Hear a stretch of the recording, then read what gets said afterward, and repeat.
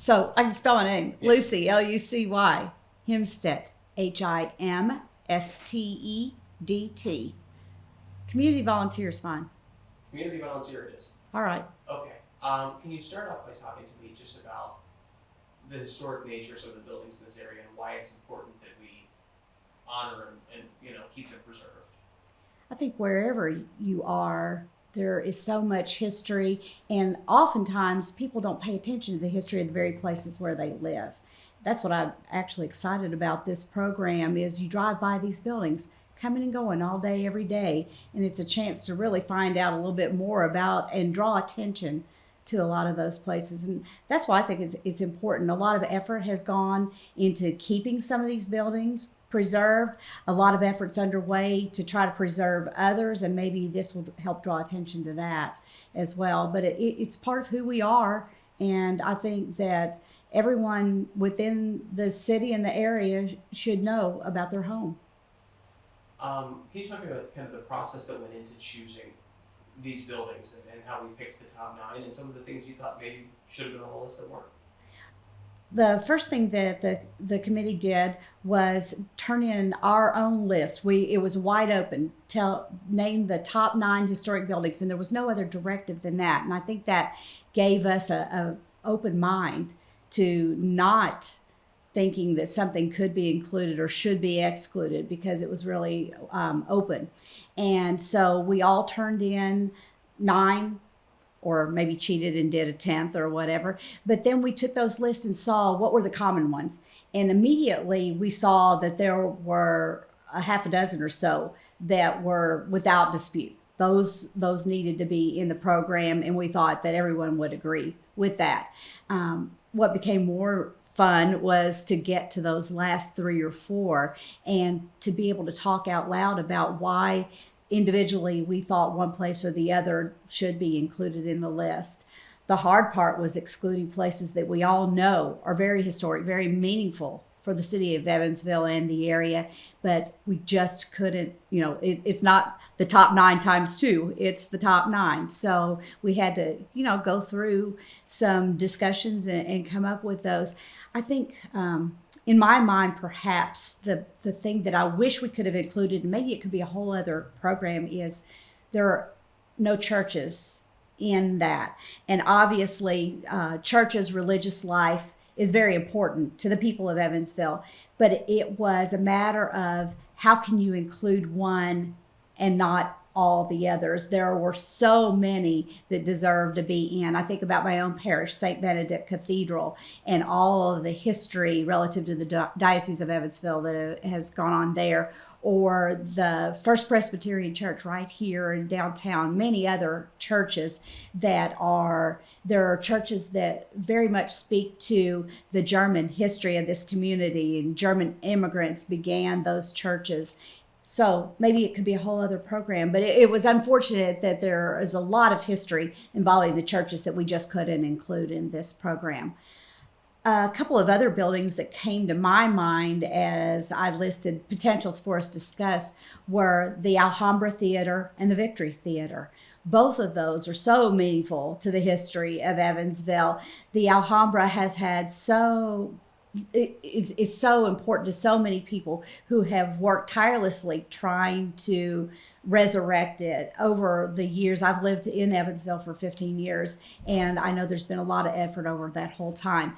I actually saw the Victory Theater in its very early stages of being reopened, and I know what an important role that people play in preserving that history, because you saw the Victory Theater as it was before, and it could have so easily been torn down, and instead it has been renovated, and now 15 years later it's still going strong. There are lots of wonderful performances that have been in there and continue to be in there.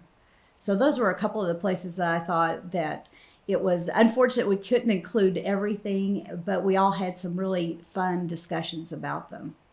Okay. I'll ask you first about a building that I know you know quite a bit about, Olmsted Hall. Mm-hmm. Can you talk to me about why is Olmsted on this list? I felt really strongly about Olmsted Hall being included from the campus of the University of Evansville, because when you think about history that matters to our whole area, bringing higher education to Evansville changed Evansville. It obviously has Evansville in the name of the school, but it was no small effort to see that happened from the early time of determining that first of all, that there was no higher education for 50 miles surrounding, and there's actually a wonderful graphic that showcases why Evansville needed an institution of higher education.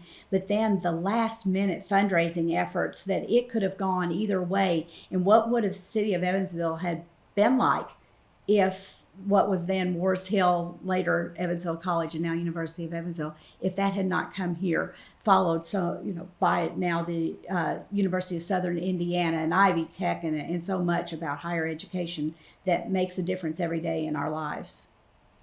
Can you talk a little about that building? I mean, it's a very old building, first of all, but secondly, it still houses the administration, still kind of the center of campus there. Can you talk a little bit about the significance of Olmsted to the campus? It's the centerpiece of the University of Evansville. The bell tower, when you picture the University of Evansville, even with all the wonderful new buildings that have been added and the importance that they bring to that campus environment, there's just nothing like that very first building in the sense of the history, the sense of all the people that have come before the current students. When the bell tolls, it brings a joy often to people's faces on campus. And even the classrooms, when you have all the higher technology used in classrooms in many places, it's still, some of those classrooms are very much the way they were many years ago. And that's not necessarily a bad thing. It's a good feeling of you're sitting in the same place that maybe your parents did or your grandparents. And I think you just walk in with a sense of pride and history and accomplishment.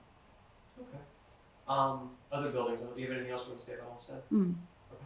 Other buildings on the list. Let's talk about this one, the Wrights Home. Yeah. You've been in here, I saw noted you about being in the Wrights Home. What is it about this building that A, is worth restoring, and B, that you enjoy so much? One of the things when I was working on the committee to help pick the top 9, I think a lot about the stories that go along with them. And the Wrights Home is one of those places that has the stories that go with the Wrights family. And when you walk through this house, you can walk to the different bedrooms, whose bedrooms they were, and very much in keeping with the way that they were back when. And I had the opportunity twice to be in the Wrights Home mystery play. And those are very, very fun events. They bring the community together, but they also are historic themselves and are very well written and tell some story about Evansville. And so that's why I've always enjoyed coming to the Wrights Home. The other thing is quite personal. When I walked into this very room that we're in and looked at the furniture, this bedroom furniture is similar to bedroom furniture that I own that belonged to my great-grandparents, who brought it from Germany. And so it's a very personal feeling that I looked at the table to my left, for instance, and think, oh my gosh, I've got that table at my house. There's some part of my own personal history that came into that too. Anything else you want to say about the Wrights Home? Old courthouse? The old courthouse, I remember as I moved to Evansville, probably the very first building I took note of was the old courthouse. How can you miss it? It is, you come to downtown Evansville and there it is. I quite honestly was appalled the thought that people considered tearing that down. It would be, to me, like tearing down the arch in St. Louis or similar places in other cities. It's kind of the signature of the city. So I'm very happy. I know it's expensive. Preservation is very expensive. It's time consuming, but it's worth it. you're very proud of the efforts that go into those kinds of things. That building also sort of looks like what you would expect an old courthouse to look like. I mean, can you talk a little bit about just that look and that particular style of The walking in the big rotunda areas, and it's very similar. The courthouse in my hometown in Arkansas is very similar to that. It's not quite as majestic, but you see that, and you get that feel of what all those old courthouses looked like, and the wood and the marble, and just so many things. You just don't build that way anymore, and you feel like you're in a place, that's to be honored when you're in a facility like that. old post office? I remember when the old post office too was in danger of being shuttered, and at that time, when Evansville Living moved into that facility, was the first time that I had a chance to see inside that building, and went in, and I was just struck by the beautiful stained glass that had been preserved within that building. I also got on the elevator, which it appears to be quite old. I was glad I got up to the next floor and down again. But the staircase even is very pretty, and I've just enjoyed going to functions in there. I've been to a number of social events now in the area below that's used for catering, and it's quite nice to be able to have that facility for that in the downtown area especially. Can you talk at all about the Holman building? One thing that has brought people into the Holman building again is having retail space on that very first floor, as well as the bank being in there. And it's nice to see, to me, that buildings that are historic, like the Holman building, are actually put to good use, and even today's retail environment can figure out a way to make an old building work beautifully for what they want their business to be, instead of building yet another concrete and steel box to put a clothing store in, for instance. It's nice to have that good historic building preserved and not just sitting vacant, boarded up. I see that. Bossy Field, obviously a very historic part of this community. Can you talk a little bit about that history? When I was thinking about the list that I was going to turn in, one of the things that came to my mind was Bossy Field.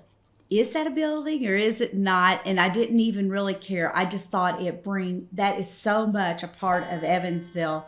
I had to include it on the list. When you think about it, there are only 2 other ballparks in the country that are older than Bossy Field.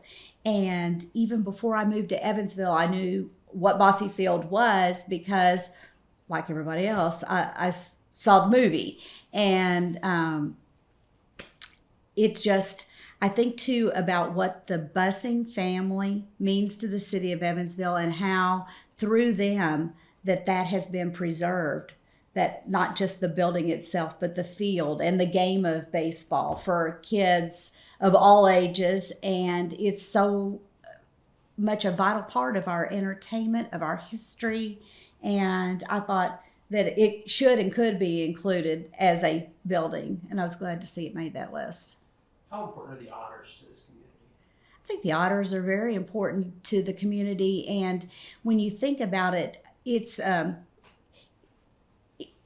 it would be easy to let the otters go away. The hard thing is to let the otters stay, because it's not a big money-making venture by any means. But it is something that is very cost-effective for families to do. It's very USA, God bless baseball and apple pie, and the busing family for keeping the otters here.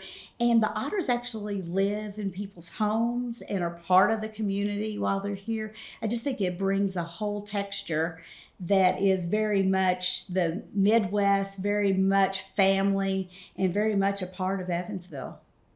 Okay. Anything else you want to say about Bossy? Okay. Greyhound Station. I'm anxious to see what's going to ultimately happen with the Greyhound. People feel very strongly about it, about keeping it, and I want to see what's there. I can see in my mind sees a lot of things that could happen with it that would be a neat store. It'd be a great restaurant, and it'll be interesting to see what becomes of it. The Gerst House, I think, is the last one. I remember when the Gerst House opened, and I was working on the west side of Evansville at that time, had driven up and down Franklin Street. I can't tell you how many times, and that building was just sitting there, as were so many other buildings on Franklin Street. And the first time I went there to eat, I was taken aback by the efforts that had been made to keep the ceiling and that big, beautiful bar that's in there, and then to find out that it had been a hardware store. It was nice to see. That is another thing that could have easily been just boarded up and left, but instead it brought life back to that part of Franklin Street. And now look at what Franklin Street has become with Smitty's across the way and the other retail businesses that are up and down there. It's a very vibrant part of our city, and I think that cornerstone right there has really helped move that forward. You want to say anything about the Carpenter Building at all? Where WNIN is?